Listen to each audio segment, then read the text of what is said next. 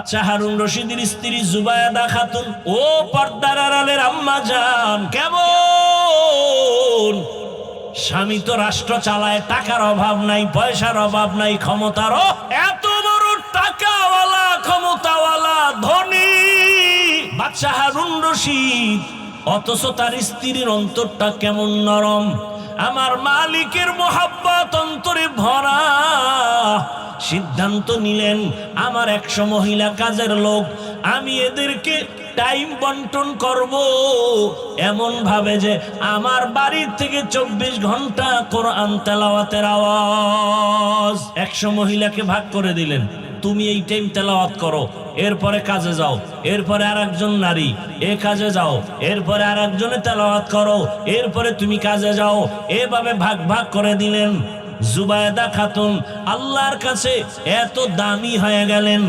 বলবো, একদিন স্বপ্ন দেখে জুবায়েদা খাতুন বাইতুল্লাহর সামনে দাঁড়ানো। কোথায় দাঁড়ানো? আপনারা এখন স্বপ্ন দেখেন কোনানে আড্ডা আছে, সেখানে দাঁড়ানো, অমুক পার্কে দাঁড়ানো।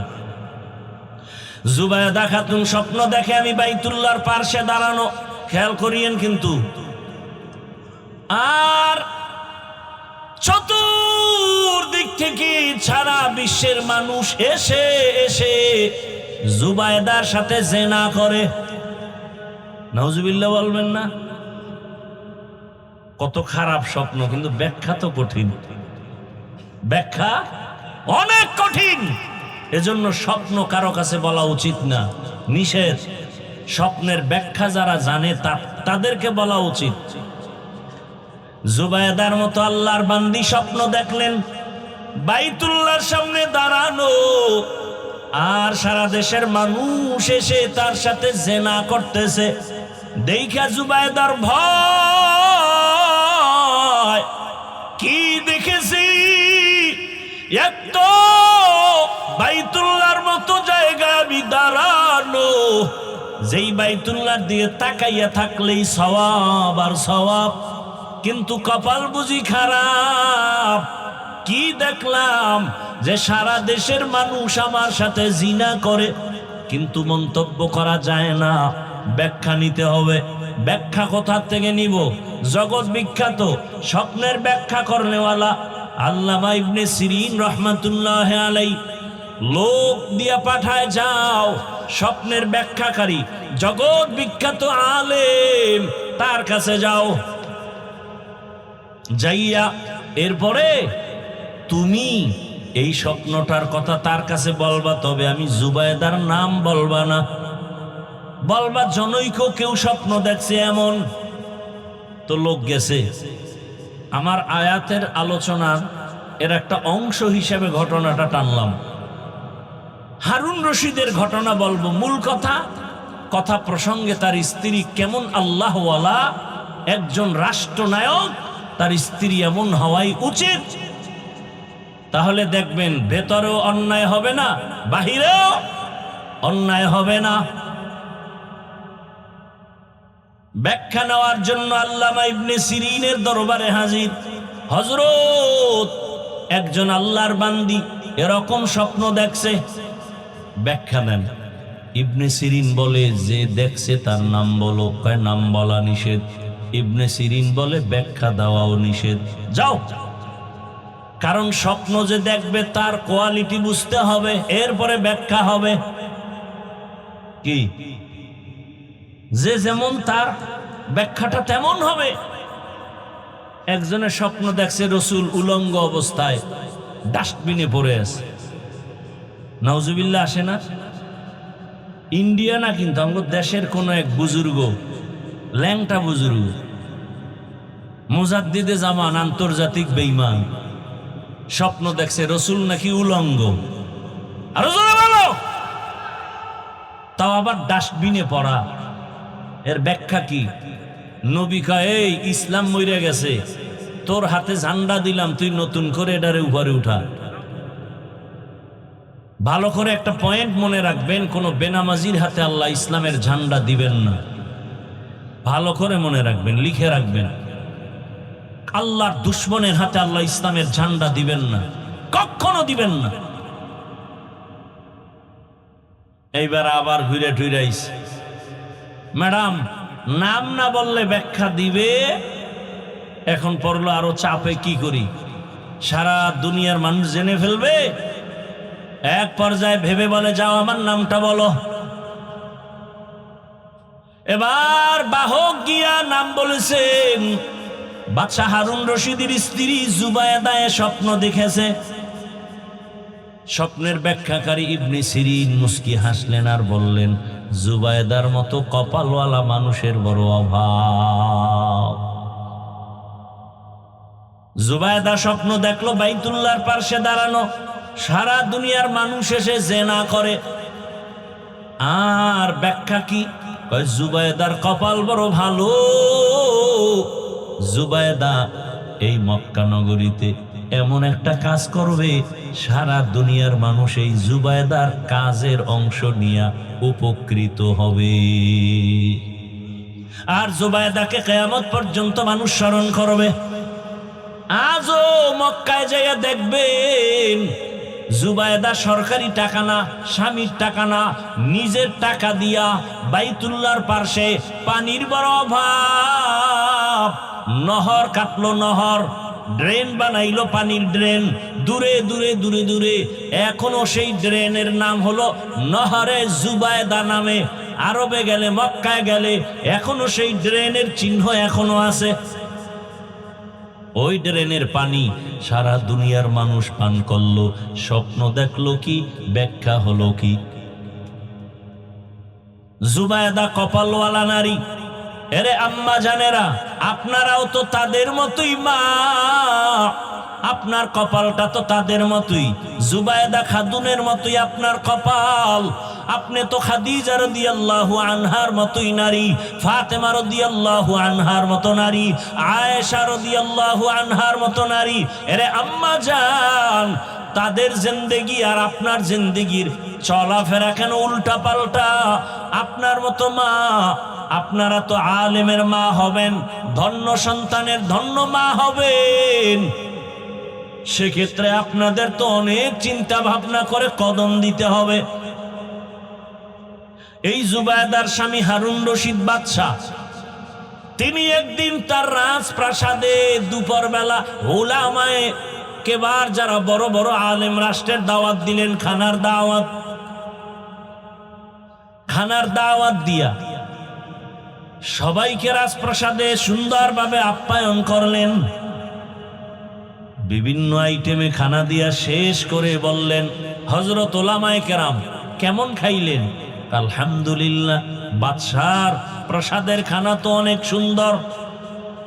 এবার আপনারা শান্ত হইছেন নি? বলে হ্যাঁ। এবার আমার একটা প্রশ্ন আছে।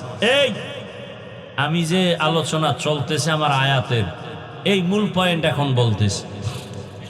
উলামায়ে কেরামদের ডাকলেন আর বললেন, আমার একটা প্রশ্ন হলো। কি বলেন আপনার প্রশ্ন? বলে, আমি বাদশাহ হারুন রশিদ আপনারা চিনেননি? বলে হ্যাঁ চিনি। বলে তাহলে আমাকে একটু বলবেন, আমি হারুন রশিদ আমল করি যতটুকু পারি। আপনারা আজকে আমাকে সবাই অ্যান্সার দিবেন, আমি বাদশাহ হারুন জান্নাতি নাকি জাহান্নামী? এক একজন উলামায়ে কেরামের মধ্য থেকে বলা শুরু হলো, আপনি জান্নাতি না জাহান্নামী এটা ফাইনাল বলা যাবে না, তবে এতটুকু বলা যাবে, আপনার ভালো কাজের কারণে আপনি জান্নাতের পথে আছেন, খারাপ কাজের কারণে আপনি জাহান্নামের পথে আছেন, কিন্তু আপনি জান্নাতি জাহান্নামী বলা যাবে না। বাদশাহ হারুন রশিদ বলে, আমাকে যদি একটা সাইড করতে না পারেন আপনারা, তো আমি খাওয়াইয়া লাভ হইল কি? আপনাদের মজা করে খাওয়ান দিলাম, পারলেন না, আমাকে একটা সাইড করে দিবেন, হয়তো আমি জাহান্নামী নাকি জান্নাতি। এবার সব নিরাশ হয়ে গেল। উলামায়ে কেরাম বিদায়ের পথে হঠাৎ করে মজলিসের পেছন থেকে একটা ছোট বাচ্চা দাঁড়ায় গেল। 9 বছরের বয়সের এক বালক। 9 বছরের বালক দাঁড়ায় বলে, সালাম বাদশা জাহাবনা। কি ব্যাপার? বলে, আমি আপনার প্রশ্নের জবাবটা দিতে পারবো যদি আমাকে সময় দেন, বেয়াদবি মাফ করেন, অনুমতি দেন। সব আলেম তাকায় আছে, আমরা পারলাম না, আর এই অল্প বয়সে এ কি বলবে? ওই বালক দাঁড়ায় গেল, বাদশা কয় সামনে আসো। সামনে এসে বলে, বাদশাহ একটু আমাকেও প্রশ্নটা করতে হবে। আপনি আবার করেন। কি করছিলেন? বলে, আমি জান্নাতি নাকি জাহান্নামী তা বলো। বলে, জবাবটা দিব আমি, তবে আমার প্রশ্ন, যে প্রশ্ন করে সে কি তুলনামূলক সম্মানের উপরে আছে, না যে উত্তর দেয় তার সম্মান বেশি? বাদশা কয়, উত্তর দেনেওয়ালার তো একটু সম্মান বেশি হয় তুলনামূলক। বাচ্চাটা ডেকে বলে, ও বাদশা জাহাপনা, বেয়াদবি মাফ করবেন, আমি যেহেতু উত্তর দিব, আপনার সিংহাসনে আমাকে বসায় দেন, আপনি কিছু সময়ের জন্য নিচে বসতে হবে। বাদশা তো আর জালেম না, আল্লাহওয়ালা। 9 বছরের বালকের কথা শুনে কয়, আসো আমার সিংহাসনে বসো। বাদশা নিচে বসে গেল। 9 বছরের বালক সিংহাসনে গিয়া জবাব দেওয়ার আগে সুন্দর একটা ভাষণ দিল আর বলল, এই যে বাদশা নিচে বসলো আর আমি 9 বছরের বালক উপরে বসলাম, এটা আমার বাবার বাহাদুরি না, আল্লাহর কোরআনের ইলম থাকলেই এটা সম্ভব। ইলমেরা এজাজো করদান বেহিসাব, খলকেরা দাদান জবাবে বাসওয়াব, হক না দারদ দোস্তে খলকা জারেরা, নিস্তে ই খাসলাত একে দিনদারেরা। আপনাদের কষ্ট হইতেছে না?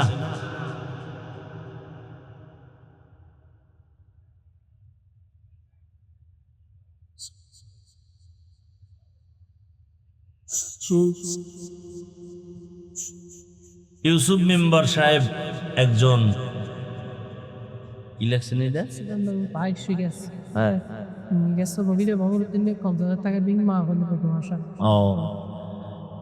ইউসুফ মেম্বারের ভাই সিরাজ মহিলাদের একটা ভবন হবে, 50,000 টাকা দিবেন, দোয়া চাইছে, আল্লাহ কবুল করেন। এবার 9 বছরের বালক ডাক দিয়া বলে, বাচ্চা আপনি যে প্রশ্ন করলেন আপনি জান্নাতি না জাহান্নামী, আমি জবাব দেওয়ার জন্য সিংহাসনে বসলাম। এবার আমার প্রশ্ন হলো, আপনি একটু বলেন, আপনি চোখ দুইটা বন্ধ করে আপনার ইতিহাসের দিকে তাকান, আপনার জীবনে এমন কোন ঘটনা কি হয়েছে যে আপনার সামনে সুন্দরী মেয়েরা দাঁড়ানো, সুন্দরী রূপসী মহিলা দাঁড়ানো, আপনি একা, কেউ নাই, চাইলেই আপনি গুনাহ করতে পারতেন, জিনা করতে পারতেন, কিন্তু আপনি আমার আল্লাহ দিয়ে তাকায়া সে গুনাহ করেন নাই। বাদশা হারুন রশিদ বলে, এর তো ভুরি ভুরি ঘটনা হয়েছে, সীমাহীন। আমার সামনে কত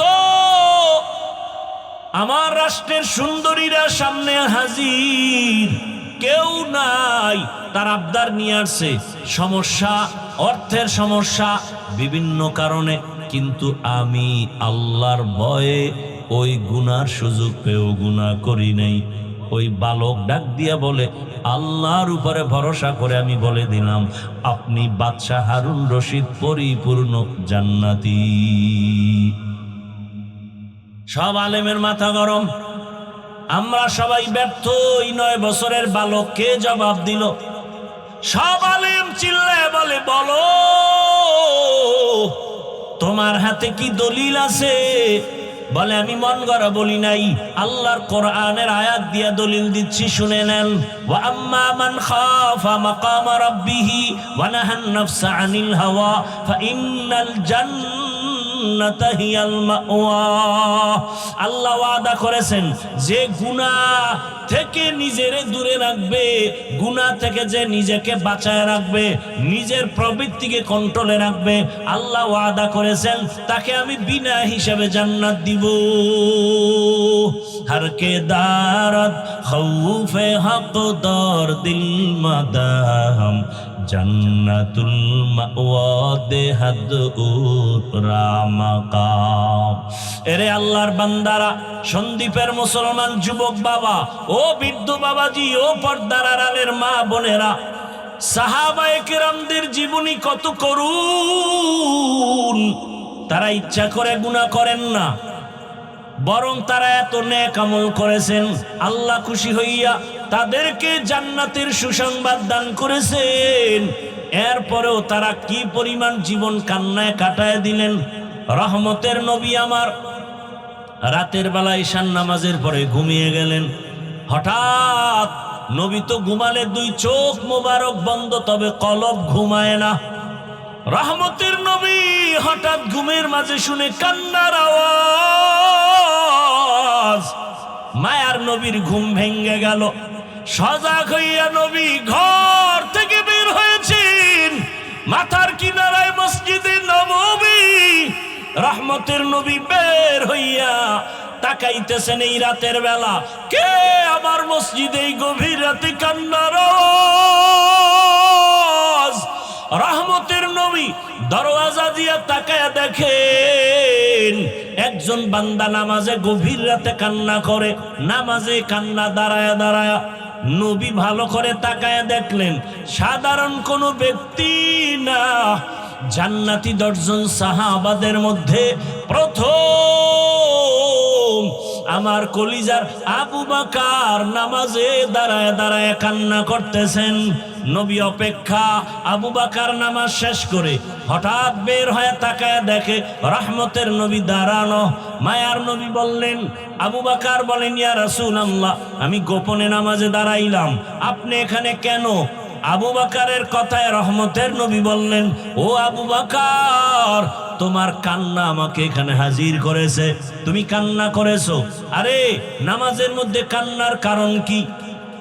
আবু বকর বলেন, একটা আয়াত আমাকে কান্নার মধ্যে ফেলে দিয়েছে। কি আয়াত? ইন্নাল্লাহা আশতারা মিনাল মুমিনিনা আনফুসাহুম ওয়া আমওয়ালাহুম বিআন্না লাহুমুল জান্নাহ।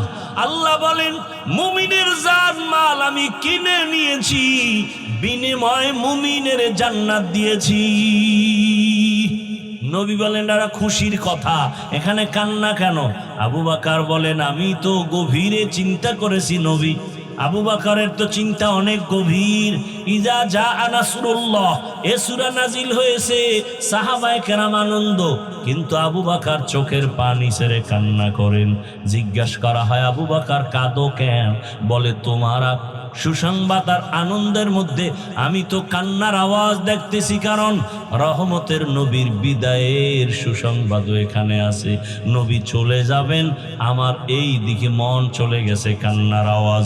ও নবী, যদিও খুশির কথা, আল্লাহ মুমিনের জানমাল কিনে নিয়েছেন, মুমিনের জান্নাত দিয়েছেন। ও নবী, আপনি জানেন আমি একটা ব্যবসার দোকানদারি করি।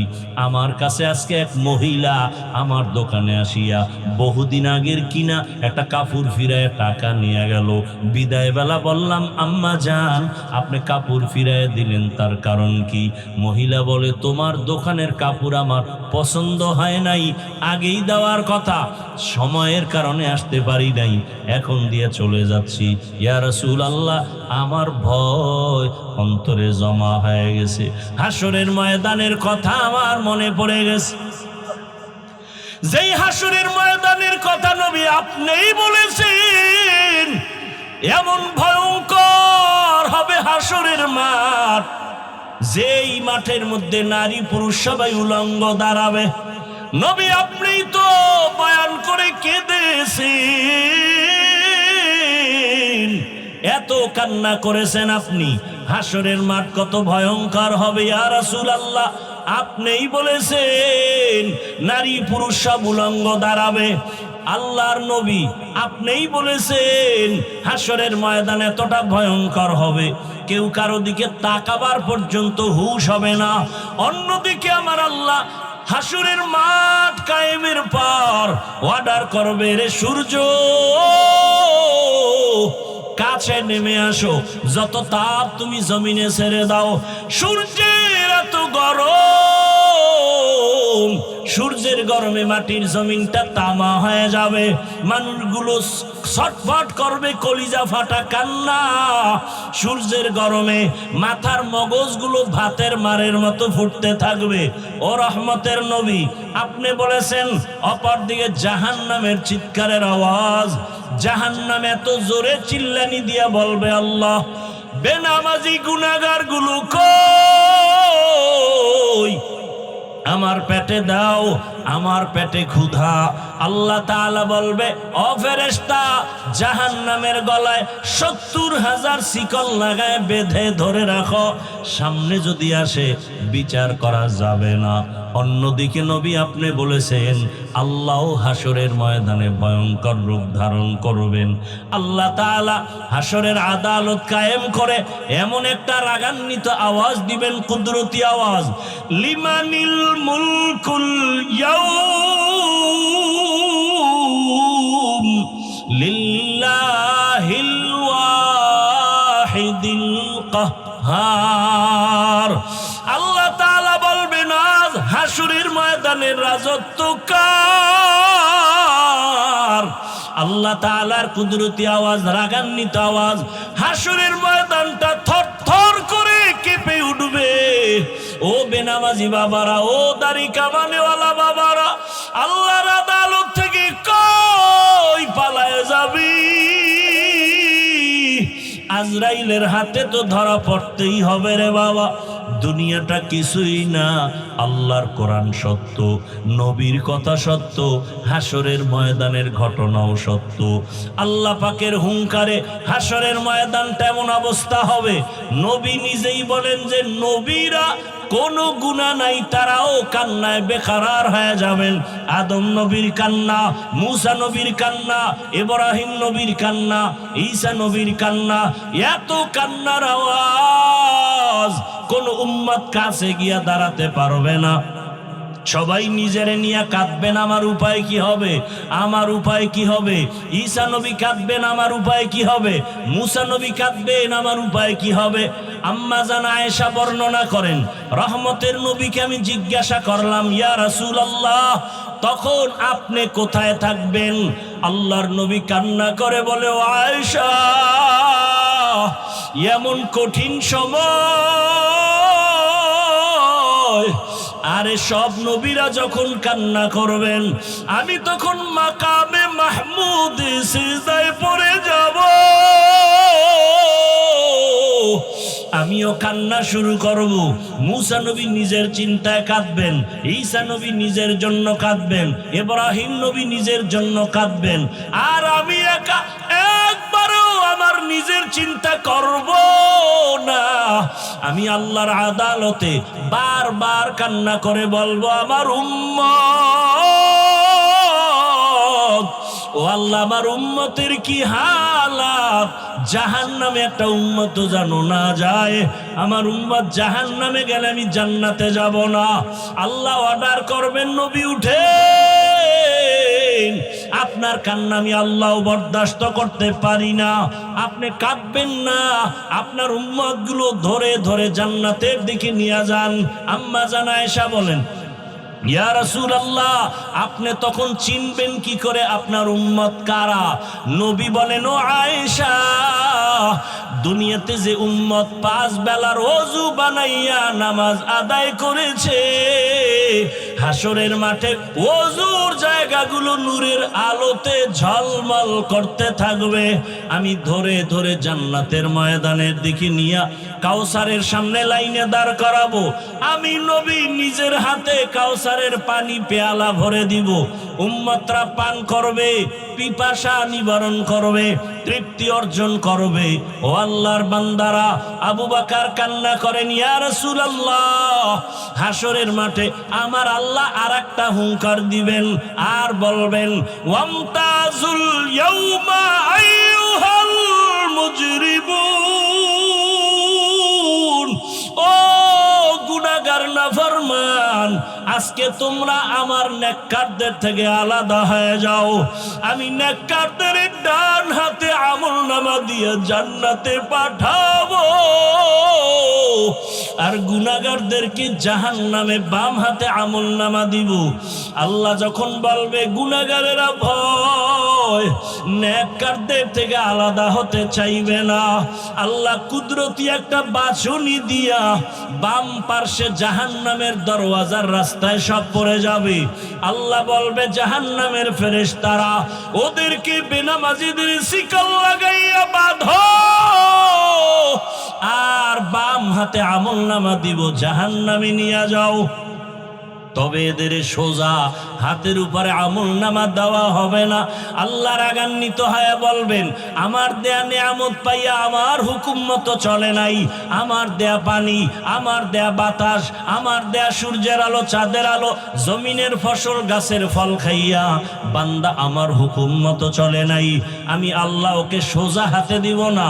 এই নাফরমান বেনামাজির বুকের মাঝে ছিদ্র করে দাও, ছিদ্র করে বাম হাতটা ঢুকাইয়া পিঠের থেকে হাত বের করো। ফেরেশতাকে বলা মাত্র তাই করা হবে। আল্লাহ পাক পেছনের হাতে বেনামাজির আমলনামা দিয়া বলবেন ইকরা কিতাবাকা কাফা বিনাফসিকাল ইয়াউমা আলাইকা হাসিবা। আল্লাহর ফেরেশতারা বলবে আল্লাহ ওই নাফরমানের চোখ দুইটার সামনে আমলনামা পেছনে কেমনে পড়ে দেখবে। আল্লাহ আবার রাগান্বিত হয়ে বলবেন ও জাহান্নামের ফেরেশতা, এই নাফরমানের ঘাড় ধরিয়া মোচড় দিয়া পেছনে ফিরায় দাও। ও আল্লাহর বান্দারা, আল্লাহর আযাবের ভয়, আদালতের ভয়, সাহাবায়ে কেরামের কান্না। আবু বকর বলেন ও মার নবী, ওই সময় যদি আমি আবু বকরকে আল্লাহ ডাকেন আর যদি প্রশ্ন করে আবু বকর এত মর্যাদা দিলাম আমার জন্য তুমি কি নিয়ে আসছো, আমি যদি বলি হে মালিক আমার তোমার মহাব্বতে আমি নামাজ পড়লাম, তেলাওয়াত করেছি, যাকাত দিয়েছি, জিকির করেছি, সব কিছু পেশ করার পর আল্লাহ যদি বলেন ওই মহিলার মতোই তোমার আমল আমার কাছে পছন্দ হয় নাই, তোমার আমল তুমি নিয়ে যাও, আমার জান্নাত আমাকে দিয়া দাও। তো আমি যেভাবে নামাজ চেয়েছি তুমি ওইভাবে নামাজ পড়তে পারো নাই, আমি যেভাবে তেলাওয়াত চেয়েছিলাম হক আদায় করে তেলাওয়াত করতে পারো নাই, আমি যেইভাবে জিকির চেয়েছি তুমি হক আদায় করে জিকির করতে পারো নাই।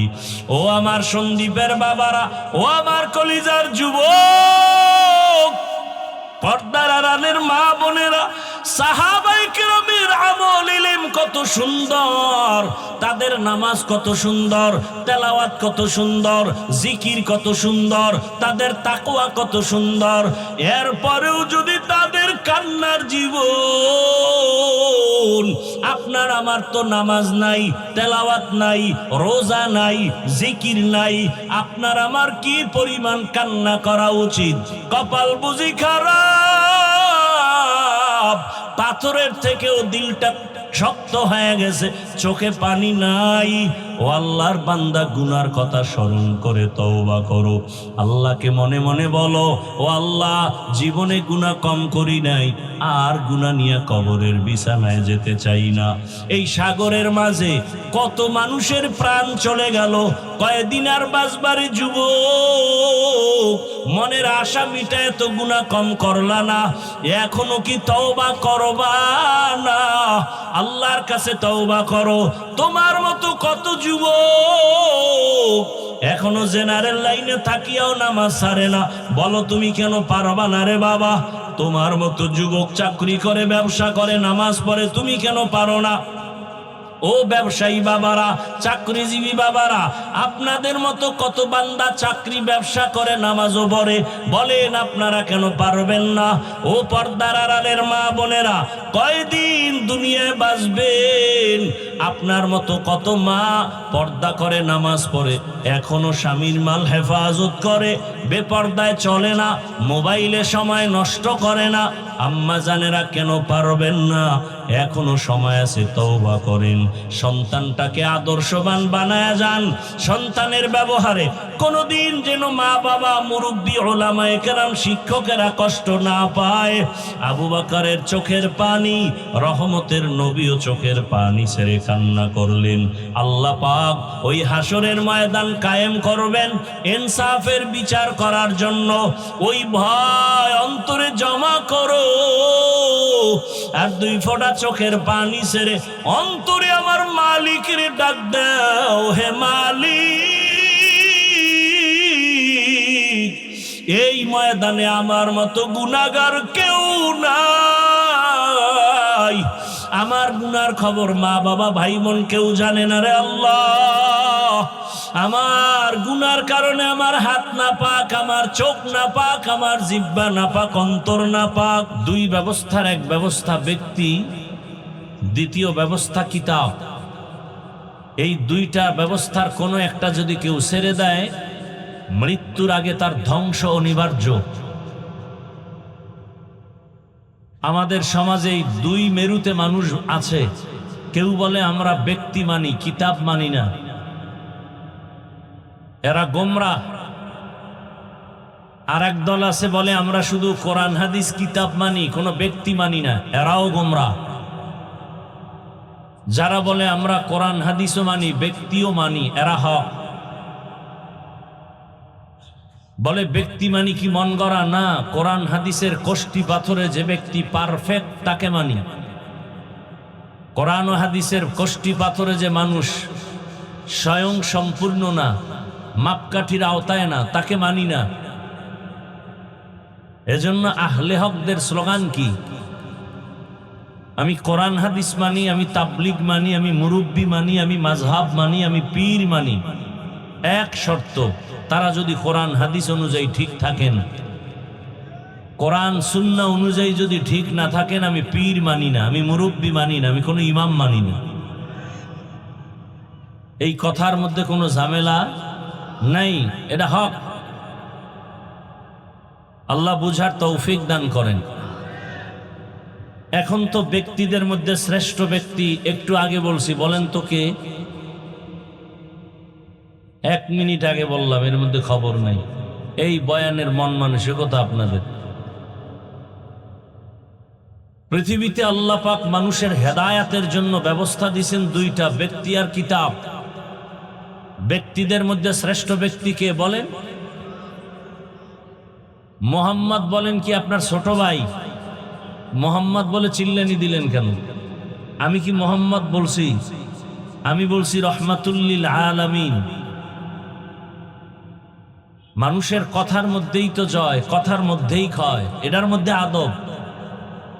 আবু জাহাল এ কথা বলেছে, রহমতের নবী এ কথা বলেছেন।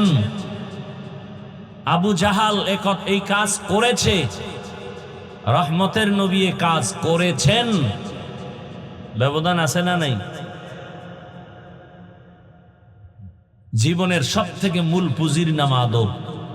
কথার মধ্যে আদব, কথার চাহনির মধ্যে আদব।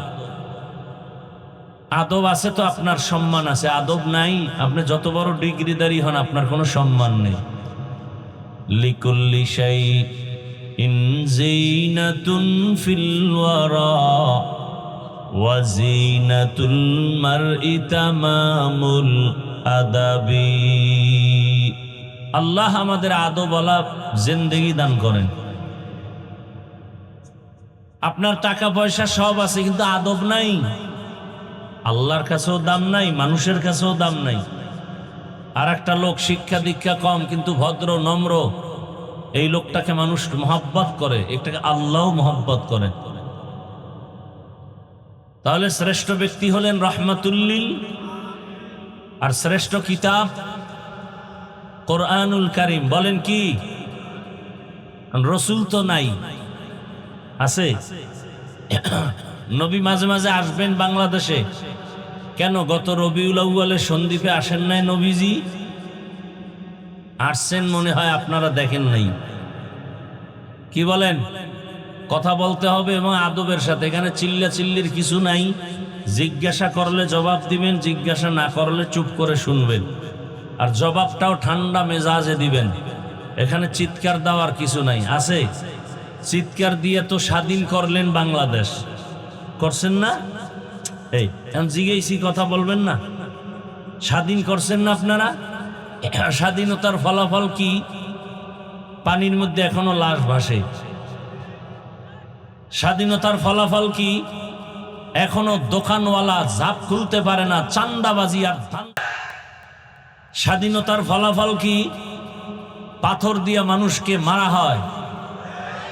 স্বাধীনতার ফলাফল কি? বাবার সামনে মেয়েকে ধর্ষণ করা হয়। স্বাধীনতার ফলাফল কি? স্বামীর সামনে স্ত্রীকে ধর্ষণ করা হয়। আমি কি বানায় বলছি? এই স্বাধীন করছিলেন আপনারা? আমি সেদিন ঢাকায় বলেছি সব স্বাধীন বাদ, নতুন করে আর একটা স্বাধীন করতে হবে এ দেশকে। সেই স্বাধীন হবে ইসলামের স্বাধীন। ইসলামের স্বাধীন যতদিন হবে না, আল্লাহর কসম, ততদিন পর্যন্ত এই জমিনে চাপাবাজি চলবে, শান্তি কেউ দেখবে না। কিসের স্বাধীন? ইসলামের স্বাধীন যখন শুরু হবে, তখন মেয়ে রাস্তা দিয়ে হেঁটে যাবে, কেউ চোখ তুলতে পারবে না। চোখ তুললে চোখ উপরে ফেলা হবে। দোকানওয়ালা দোকান খুলবে স্বাধীনভাবে, জাপ খোলা তুইয়া নামাজে যাবে। চোর যদি চুরি করার জন্য হাত বাড়ায়, ওর হাতের কবজি পর্যন্ত কেটে দেওয়া হবে। বাইতুল মুকাররমের সামনে এক চোরের হাত কাটলে বাংলাদেশের সব চুরি বন্ধ হয়ে যাবে। ইসলাম ছাড়া এটা সম্ভব না। ইসলাম আসার পরেও চূড়ান্ত ইনসাফ হবে না। সেই চূড়ান্ত ইনসাফের জন্য আর একটা আদালত দরকার। সেই আদালতের নাম কিয়ামতের আদালত। এই স্বাধীন তো করি নাই, এখনো রাস্তায় হুজুরেরা আন্দোলন করে। সর্বাঙ্গে ঘা ঔষধ দিব কোথা? কেমন আপনাদের ব্রেনকে ওয়াশ করে ফেলছে জানেন? বলেই রাজনীতির মধ্যে ধর্মকে টানা যাবে না। কেন কেন বলে আগুন পানি যেমন এক না, ধর্ম আর রাজনীতি। বলে ধর্মের সাথে রাজনীতিকে টানবেন না। আরে আমাদের ইসলাম তো দুর্বল ইসলাম না, আমাদের ইসলাম তো পাওয়ারফুল এবং পারফেক্ট। কোন দিকের দুর্বলতা নাই। ইসলাম আছে, রাষ্ট্রনীতি নাই, রাজনীতি নাই। এই ইসলাম আমরা মানি না। বরং পৃথিবীতে একমাত্র পবিত্র রাজনীতি হলো ইসলামী রাজনীতি, আর সব নাপাক। একমাত্র পবিত্র রাজনীতির নাম ইসলাম। কেমন মিলানো! হেরা বলে আগুন পানি এক না, ধর্ম আর রাজনীতি এক না। কি আজীব কারবার! আপনাদের থেকে জবাব চাই, জেনে শুনে বুঝে জবাব দিবেন। আমরা আপনারা যে ইসলামটা মানি, কোরআন মানি, হাদিস মানি, এই কোরআন হাদিস ইসলামে কি মানুষের জীবনের সব বিষয়ের সমাধান আছে? কোন দিকের দুর্বলতা বুঝে শুনে বলছেন? আচ্ছা, আপনাকে কোন একটা বিধর্মী প্রশ্ন করলো, ভাই আপনাদের ইসলামটা কেমন? আপনি জবাব দিবেন কি, সুন্দর না খারাপ? আচ্ছা ভাই কেমন সুন্দর, সব লাইন থেকে বুঝান তো। আচ্ছা বলেন তো, আপনাদের ইসলামে, কোরআনে ব্যক্তি জীবনের সমস্যার সমাধান আছে? কি বলবেন? বলেন। আছে। পরিবারের সমস্যার সমাধান আছে। অর্থনীতির সমস্যার সমাধান। একজন সাধারণ এক আলেম, ওই পর্যায়ের বড় না, তাকে এক সাংবাদিক নাকি প্রশ্ন করছে, আমি শুনছি, দেখি নাই। বলে আপনাদের ইসলামে অর্থনীতি কেমন? সে বলে আমাকে ভাবতে হবে, দেখতে হবে। আমি তো চ্যালেঞ্জ দিয়ে বলি, পৃথিবীতে পুত পবিত্র এবং কল্যাণমুখী, অকল্যাণের বিন্দু কোনো ছাপ নাই। কল্যাণমুখী অর্থনীতির নাম ইসলামী অর্থনীতি। ইসলামী অর্থনীতি মানুষের কল্যাণ দিতে পারে, বাকি সব অর্থনীতি মানুষের দুর্দশা টেনে আনে। আমি চ্যালেঞ্জ দিয়ে যাচ্ছি, সন্দ্বীপের মানুষ, এই জমিনে যেদিন ইসলামের অর্থনীতি বাস্তবায়ন হবে, সেদিন থেকে টের পাবেন দারিদ্র বিমোচন সব বন্ধ হয়ে যাবে। যতদিন পর্যন্ত ইসলামের অর্থনীতি জমিনে বাস্তবায়ন হবে না, ততদিন পর্যন্ত কোনোদিন এই অর্থনীতির কল্যাণ পরিপূর্ণ আসবে না, দারিদ্র বিমোচন হবে না। এখন অর্থনীতি কি এটাই তো আমরা বুঝি না, আলোচনা নাই। ইসলামের অর্থনীতির একটা শাখার নাম যাকাত। ইসলামী অর্থনীতির একটা পয়েন্ট হলো সাদকা। ইসলামী অর্থনীতির একটা পয়েন্ট মানুষকে, অসহায়কে ধার দাও। আপনাদের সন্দ্বীপে বহু টাকাওয়ালা আছে, গরিব গিয়া বলে আমাকে 5,000 টাকা ধার দেন 15 দিন, বলে নাই নাই নাই। বড়লোক বলে নাই, কানে কানে মুখ লাগায় বলবেন এই কপাল ভরা, সুদে দে সুদে, বলবে 1 লাখ দিব 1 লাখ, কালকে চলে আসো। এরকম কুলাঙ্গার নাই? 5,000 টাকা ধার দিতে চায় না, সুদে লাগাতে চায় লক্ষ টাকা। তার মানে ও চায় ওর মায়ের সাথে, ওর গর্ভধারিণী মায়ের সাথে 24টা ঘন্টা শুধু জিনার গুনাহ করতে চায়। কথা বলেন না কেন? গত বছরও সম্ভবত বলেছি, আল্লাহর আদালতে আল্লাহর কাছে সব থেকে বড় দুশ্মন 2 দল। এক দলের কথা কোরআনে আছে, আর এক দলের কথা বুখারী শরীফে আছে। কোরআনের বর্ণিত দলের নাম সুদের সাথে যারা জড়িত, এরা কত বড় আল্লাহর দুশ্মন। আল্লাহ বলেন আমি নিজে তার সাথে যুদ্ধ করার জন্য তো রেডি আছি। আর এক দলের কথা আছে বুখারী শরীফে, তারা কারা? যারা ওলিয়া উলিয়া মানে না। আল্লাহ বলেন আমিও তাদের সাথে যুদ্ধ করব। মান আদালি ওয়ালিয়ান ফাকাদ আযানতুহু বিল হারব। ওলিয়া উলিয়ার দুশ্মন যারা, এরাও আল্লাহর আদালতে চূড়ান্ত দুশ্মন। আল্লাহ নিজে ওদের সাথে যুদ্ধের ঘোষণা দিয়েছেন। আর সুদের সাথে জড়িত যারা 24 ঘন্টার সেকেন্ডে সেকেন্ডে অল টাইম জেনার গুনাহ, তাও কার সাথে? গর্ভধারিণী মায়ের সাথে। আপনি চিন্তা করতে পারেন, লজ্জা থাকলে মরে গেলেও তুই হারাম খাওয়ার কথা না। লজ্জা উঠে গেছে 1500 বছর আগে রাসূল বলে গেছেন, লা ঈমানা লিমান লা হায়া আলা। যাদের হায়া লজ্জা নাই ওদের ঈমান নাই। এজন্য ঘরে ঘরে সুদের ব্যবসা। চায়ের দোকান দিবে, সেখানেও লোনের টাকা দিয়ে দিতে হয়। আর মানুষকে ধার দেওয়ার লোক নাই, সুদে দেওয়ার লোকের অভাব নাই। কিয়ামতের আলামত ইসলামের অর্থনীতি যাকাত। যাকাত দিবে, দেশে গরিব থাকবে না। পাই পাই হিসাব করে যাকাত তো দেওয়া হচ্ছে না, বরং যাকাত দেওয়াটাকে জরিমানা মনে করে অনেক। আল্লাহ হেদায়েত দান করুন। ইসলাম এমন এক শান্তির ধর্ম, দেখা হলেই ইসলাম কি বলে? আগে সালাম দাও, আসসালামু আলাইকুম ওয়া রাহমাতুল্লাহ। সালাম মানে কি বলেন? সালাম অর্থ কি? শান্তি। সালাম অর্থ কি? তাহলে আমিও শান্তির দোয়া করলাম, সেও আমাকে দোয়া করলো, ওয়া আলাইকুমুস সালাম, আপনার উপরও কি বর্ষণ হোক। তার 2 দিক থেকে শান্তির দোয়া যখন চলে, গজব আসবে কিভাবে? ইসলাম বলে এই বড়রা, ছোটকে মায়ার নজরে দেখো, আবার ছোটদের বলে বড়দেরকে সম্মানের নজরে দেখো। বড়রা যদি ছোটকে মায়ার নজরে দেখে, ছোটদের উপরে জুলুম করবে না।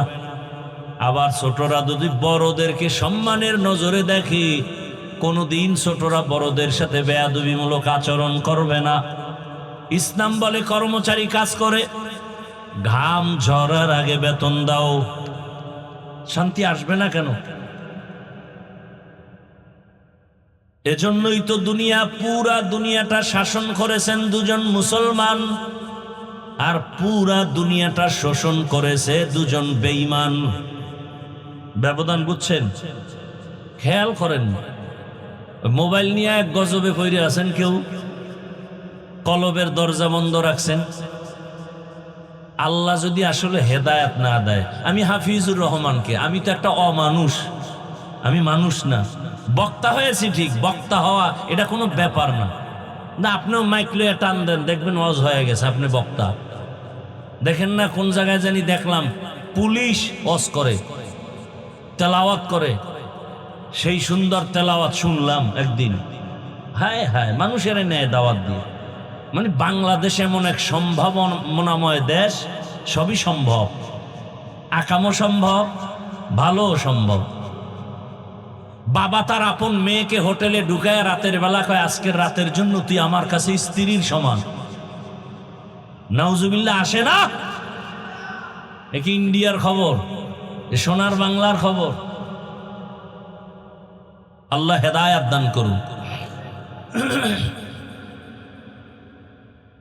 আর আপনারা তো ইসলাম চাই বলেন, আসল সময় ইসলামকে যে একটা জায়গায় নিতে হবে সেই ক্ষেত্রে আমরা দুর্বল। কি ভোটের আগের রাত্রে হাদিয়া যে দিবে তাকে ভোট বিক্রি করবেন? আল্লাহ হেদায়াত দান করুন।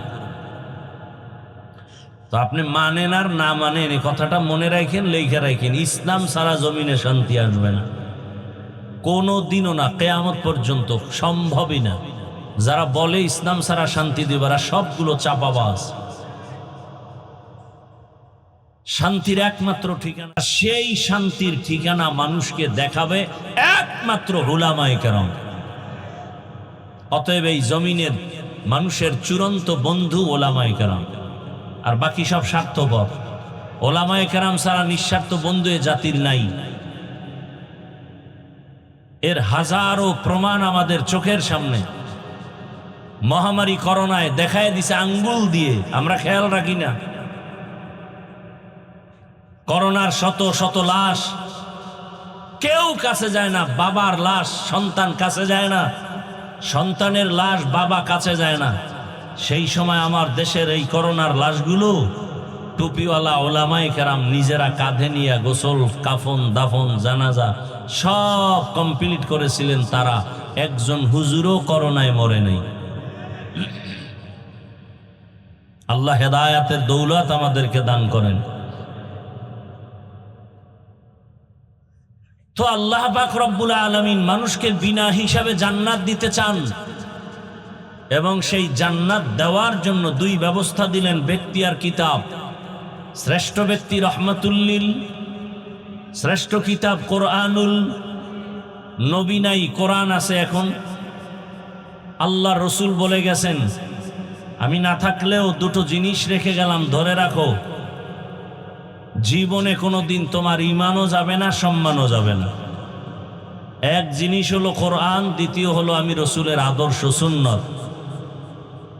قال رسول الله صلى الله عليه وآله وسلم تركت فيكم أمرين لن تضلوا ما تمسكتم بهما كتاب الله وسنة رسولي।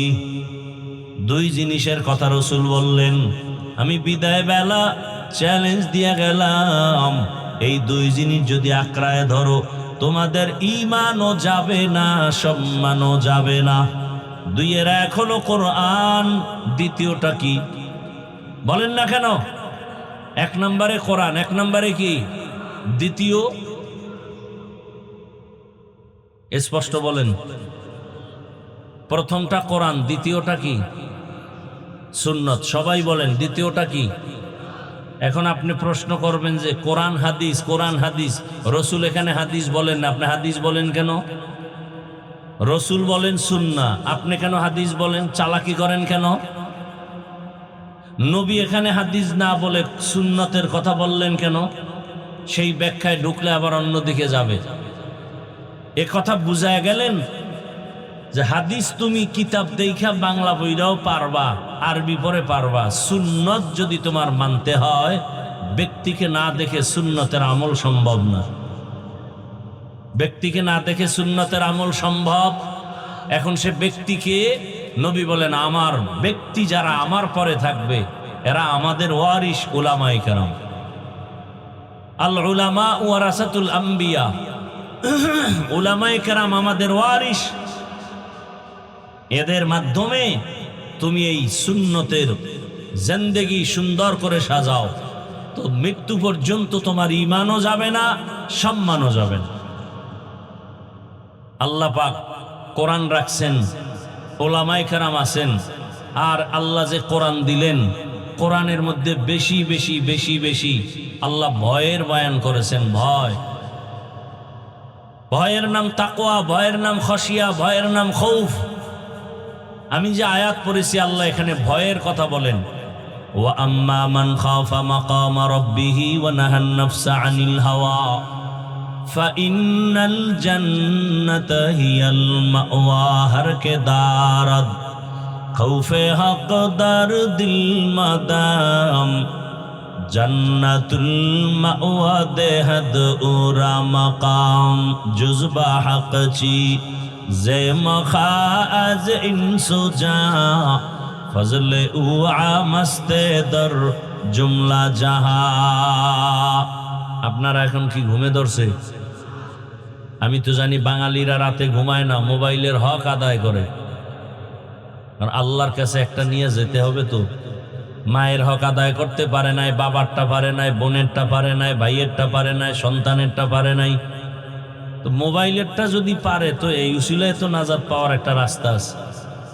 সেদিন এক চোরা ছবি তুলতে, ছবি তো ছবি, আপনাদের কি বলবো, আমি হুজুর গো ফিরেই তারি না ছবির জন্য, পাগল করে ফেলে ছবি তোলার জন্য। তো এরকম একজন আসছে, হুজুর না, ছবি তুলবে, বলে হুজুরের দিকে তাকান। তা আমি তো কখনোই তাকাবার চেষ্টা করি না, অন্যদিকে চোখ ঘুরায় রাখি এবং ঠোঁট নাড়ায় ইস্তেগফার পড়তে থাকি। সেই বলতেছে, আমি চুপ করে নিচের দিকে তাকায় আছি। তাকান, আমি কি তুলে ফেলেন, আমি তাকাবো না, রসুল অনুমতি দেয় না, আমি অনুমতি দেওয়া কিছু কপাল পরা আছে, হুজুর একটা ছবি তুলি, অনুমতি আছে? আরে রসুল দেয় না, আমি অনুমতি দিব কেন তোমাকে বলো? মূর্খতার প্রশ্ন। এখন আমারে বলতেছে, হুজুর একটা ছবি যদি এ উসিলা আল্লাহ আমাকে মাফ করে হাসরের দিন, কেমন তার সেরা চিন্তা করেন। আল্লাহ হেদায়েত দান করুন। এর থেকে বাঁচার কোনো তদবির পাইতেছি না। অনেক বুজুর্গরে জিগাইলাম, হুজুর এই ছবি তোলার গজব থেকে বাঁচতে পারি কেমনি? তো কোনো রাস্তা নাই, খালি ইস্তেগফার পড়ো, আর কি করবা? কারণ এমন এমন ব্যক্তি ছবি তুলতে চায়, কিছু বলাও যায় না। বাথরুম থেকে বেরোয় দেই মোবাইল ধরে রাখছে, বিষয় কি? কয় ছবি তুলে। আমি ভিতরে আসলি না কেন? বেহায়া বেলাজা কোথাকার। বরদোয়া করা জায়েজ থাকলে তাহাজ্জুদে ওদের জন্য কঠিন বরদোয়া করতাম। ওয়াজে যদি আমি বরদোয়া করি আর সবাই যদি আমিন বলে, ফজরের আগে নাই, কারণ এতগুলো মানুষের আমিন খালি ফেরত যাবে না। ওয়াজে আসছো, সেখানে মোবাইল নিয়ে আসছো কেন? কি মোবাইলের কাজ কি ওয়াজের প্যান্ডেলে? বলো। একটা মানুষ যৌক্তিক একটা জবাব দিতে পারবে না। কপাল পুড়ে গেছে। কে বুঝাবে এই জাতিকে? আমি তো হাফিজুর রহমান বলি সব মাহফিলে, আমি মরে যাব, আমার মতো বলার কণ্ঠও মরে যাবে, আর কেউ বলবে না, কেউ বলবে না। বলার মানুষ নাই, শোনারও মানুষ নাই, বিরোধিতার মানুষের অভাব নেই। হুজুর ওয়াজ করেন, আপনারা নিয়ে এত টেনশন করার কি দরকার?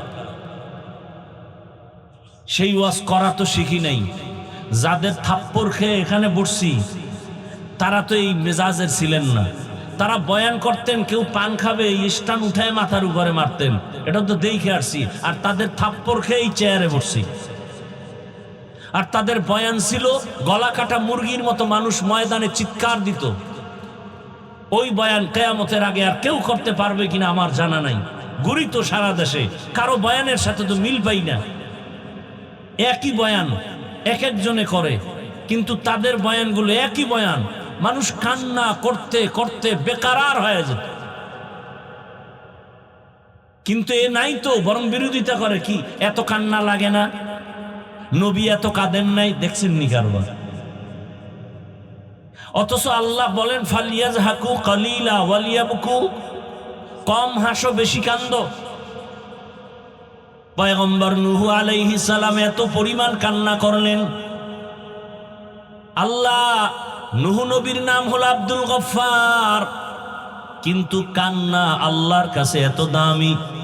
দয়াময় আল্লাহ কান্নাওয়ালা শব্দ দিয়ে ডাকলেন, ইয়া নূহ। কান্নাওয়ালা শব্দ দিয়ে সূরার নামও করে দিলেন। সূরার নাম কি? আর ভাই কথা বলেন, মোনাজাত দিয়ে নেমে যাবো। কিন্তু আমার বয়ান করার এত ঠেকানা, কারণ শখ মখ মিটে গেছে সব। এখন কথা যত কম বলি তত আরাম। ঘুমামু, আপনারা শুনতে না চাইলে আমার এত ঠেকা কি আপনাকে জোর করে বয়ান শোনাতে হবে? আল্লাহ আমাকে হেদায়াত দান করেন। সূরার নাম সূরায়ে নূহ। নূহ মানে ক্রন্দন করা। আল্লাহর কাছে নূহ নবীর কান্না এত ভালো লাগছে, নাম বাদ দিয়া কান্নাওয়ালা শব্দ দিয়া ডাকলেন, ইয়া নূহ, হে কান্নাওয়ালা গোলাম। আর আপনি বয়ে বয়ে ফতুয়া লেখেন, এত কাদা লাগে না? না, কান্নার বয়ান নাই তো। নিজে কাঁদে না, আরেকজনকে কাঁদানের বয়ান কি করবে? অথচ রসুল কাঁদতেছেন, আবু বকর নামাজে দাঁড়ায় কাঁদতেছেন। সময় থাকলে শুনাবো, না থাকলে নাই। উঠা বসা করবেন, আমি হাসতে করে হাত উঠায় মোনাজাত দিয়ে নেমে যাব। তামাশার জায়গা না এগুলো। এই জন্য শুরুতে বলছিলাম, এখানে আসতেও কপাল লাগে, বসতেও কপাল লাগে। কারণ যেই রসুল, আমি হাফিজুর রহমানকে রসুলের বয়ানে কপাল কোলে না, কেমন কপাল পোড়া। যেই রসুলের চেহারার দিকে একবার তাকাইলে জাহান্নামের আগুন হারাম। কেমন রহমতের নবী আমার, যেই রহমতের নবীর চেহারা একবার দেখবে পেটের ক্ষুধা থাকে না। কেমন রহমতের নবী, সেই রহমতের নবীকে 13 বছর দেখলো, বয়ান শুনলো, কালেমা বলে নাই। নাম জানেন এই বেঈমানের? গর্বসুরত আদমি ইনসাবুদে আহমদ বু জাহলো হামেক সাবুদে। অন্যদিকে 27 বছরের এক যুবক তরবারি নিয়ে দৌড়ায় নবীকে জবাই করবে। কয় বছরের? 27 বছরের যুবক তরবারি নিয়ে দৌড়ায় আমার রসুলকে জবাই করার জন্য। কাছে গিয়া নবীর চেহারা দেখে তরবারি ফালায়, বলে, ইয়া রাসূলুল্লাহ, দয়া করে আমাকে মাফ করে দেন, কালেমা পড়ায় মুসলমান বানায় দেন। রসুলকে জবাই করতে গিয়া কালেমাওয়ালা হয়ে গেল। নাম কি? এর নাম কফাল। 13টা বছর বয়ান শুনলো, একই দস্তারখানে খাইলো, চেহারা দেখলো কালেমা পড়ে না, আবু জাহাল। এর নাম কফাল। আর 27 বছরের যুবক তরবারি নিয়ে রসুলকে জবাই করতে গিয়া কালেমাওয়ালা হয়ে গেল। এর নাম কফাল। সেই কপালওয়ালা এত দামি হয়ে গেল, 5 মিনিটের ব্যবধানে তরবারি নিয়ে বাইতুল্লাহর পার্শ্বে হাতিমে কাবায় দাঁড়ায় বলে, বেঈমানের আয়, মুহাম্মদের বিরুদ্ধে কথা বলবি, আমার তরবারি তোর জন্য রেডি হয়ে গেছে। সেই ওমর এখন যে রাস্তা দিয়া চলে, শয়তানও রাস্তায় আসে না। চিন্তা করতে পারেন, নবীরে জবাই করবে আর এখন তাকে শয়তান ভয় পায়। ওমর যেই রাস্তায় চলে শয়তান নাই, শয়তান ভয় করে। একটা যুবক মদের বোতল নিয়ে হাঁটতেছে রাস্তার মাঝে, ওমরের দেখেই ভয় পেয়ে গেছে, যদি ওমর পায় আমার কল্লা ফেলে দিবে, তরবারি কথার আগে রেডি। এমন তওবা করছে, ও আসমানের মালিক, তুমি আর আমার ওমর থেকে বাঁচাও, আমি আর জীবনে মদের বোতল হাতে নিব না। যুবক মদের বোতল নিয়ে দাঁড়ায়, ফালাইতেও পারে না, ওমরের নজর হয়ে গেছে। কাছাকাছি আইয়া কয় ওমর, এই যুবক, বোতল দে। বোতলের ভেতরে কি? ভয় পায়, দেয় না। কয়, ভয় পাও কেন, দে। যুবক এমন মানসিক ভাবে দুর্বল হয়ে তওবা করে বোতল দিল। ওমর তাকায় দেখে বোতলের মধ্যে 1 ফোঁটা মদও নাই, পুরা বোতলটাই দুধে ভরা। এরাও কপালওয়ালা। শুধু কি তাই, 1500 বছর পরে এখনো ওমরের নাম শুনলে কেমন জানি শরীরে কম্পন শুরু হয়। ওলামায়ে কেরাম বলেন, পরীক্ষা, তুমি ঘুমের সময় ডান হাতের শাহাদাত আঙ্গুল দিয়া বুকের উপরে তুমি আঙ্গুল দিয়া ওমরের নাম লেখো, আইন মিম রা। ওমরের নামটা বুকের উপরে লেখে যদি তুমি ঘুমাও, ঘুমের মধ্যে তোমাকে শয়তান এসে কোনো খারাপ স্বপ্ন দেখাতে পারবে না।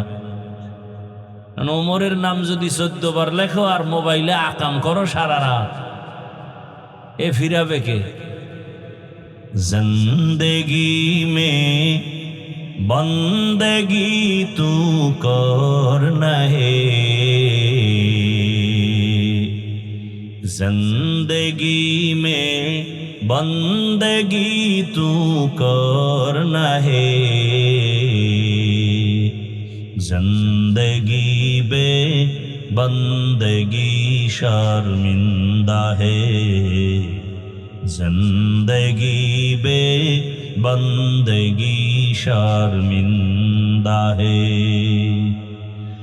दुनिया में हो दुनिया का तलबगार ना हो,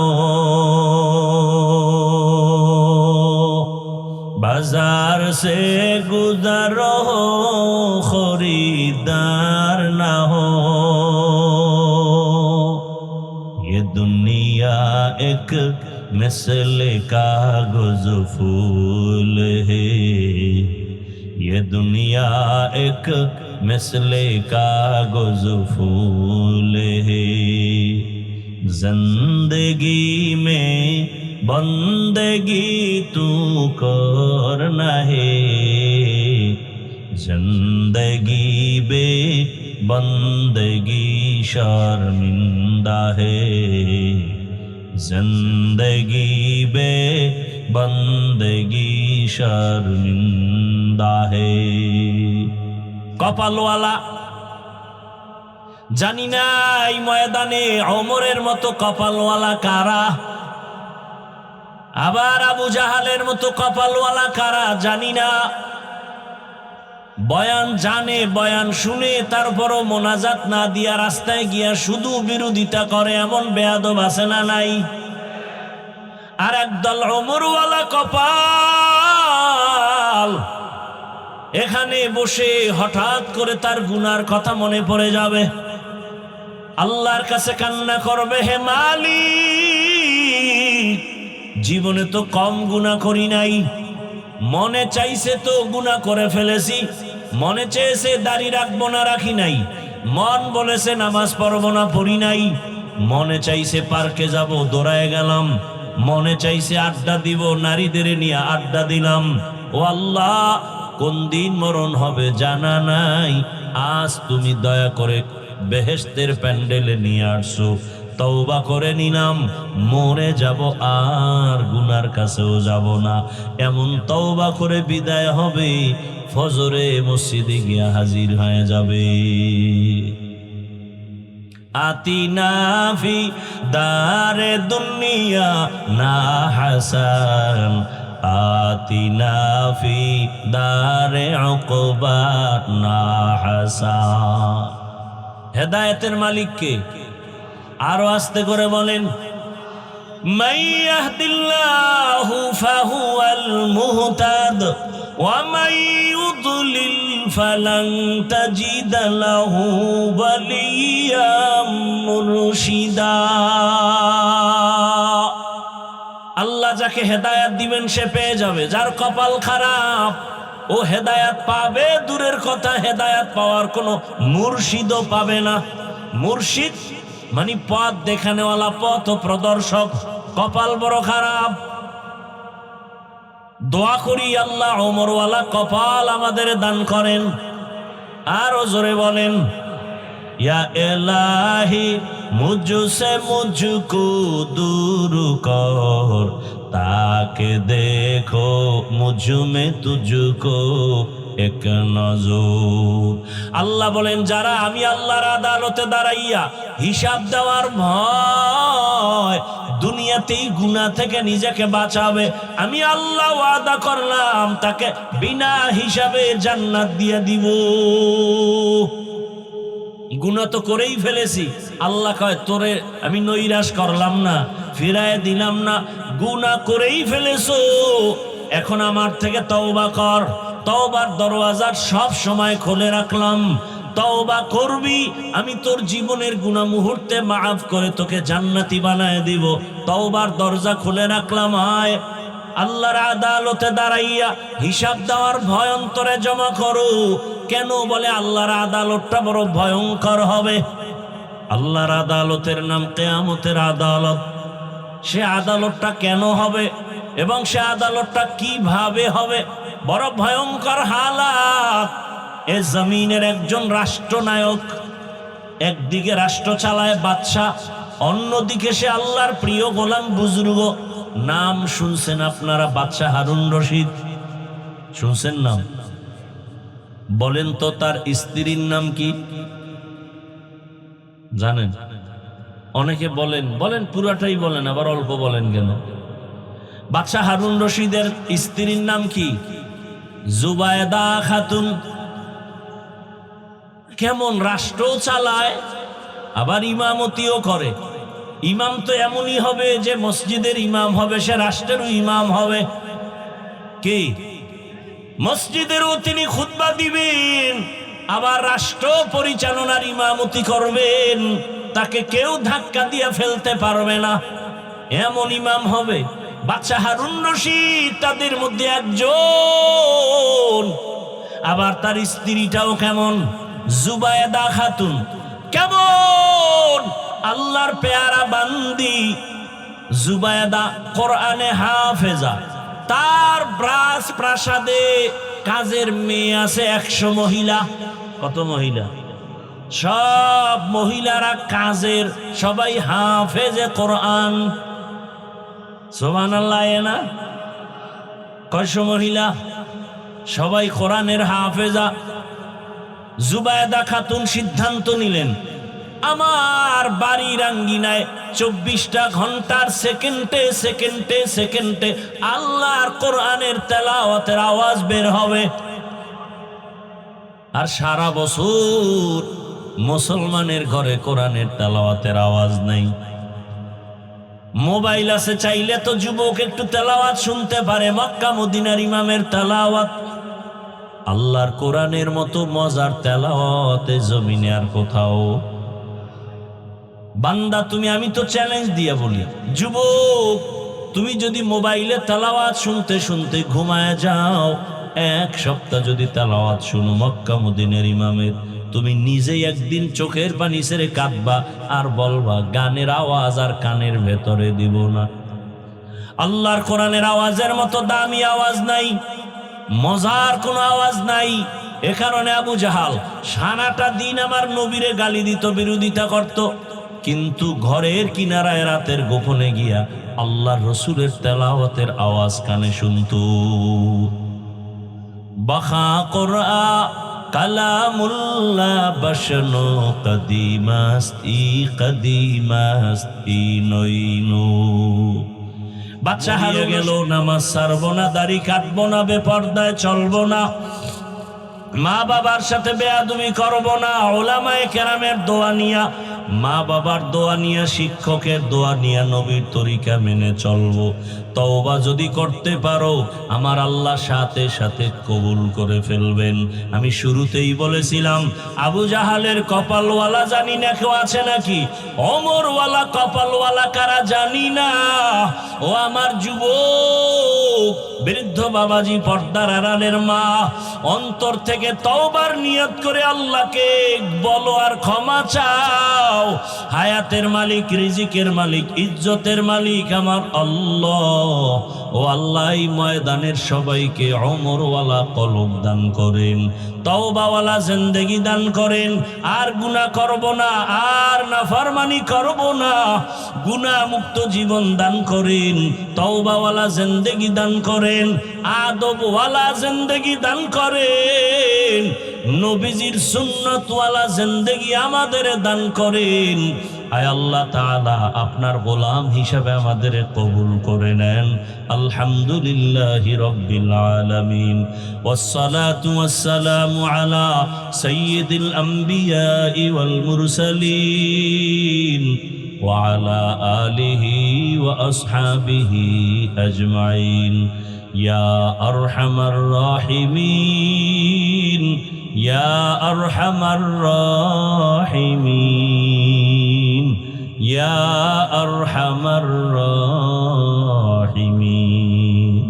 رب ارحمهما كما ربياني صغيرا اللهم إنك عفو كريم تحب العفو فاعف عنا اللهم إنا نسألك رضاك والجنة ونعوذ بك من سخطك والنار اللهم ارحمني بترك المعاصي اللهم ارحمني بترك المعاصي اللهم ارحمني بترك المعاصي اللهم إنا نسألك علما نافعا ورزقا واسعا وشفاء من كل داء اللهم إنا نعوذ بك من البرص والجنون والجذام وسيء الأسقام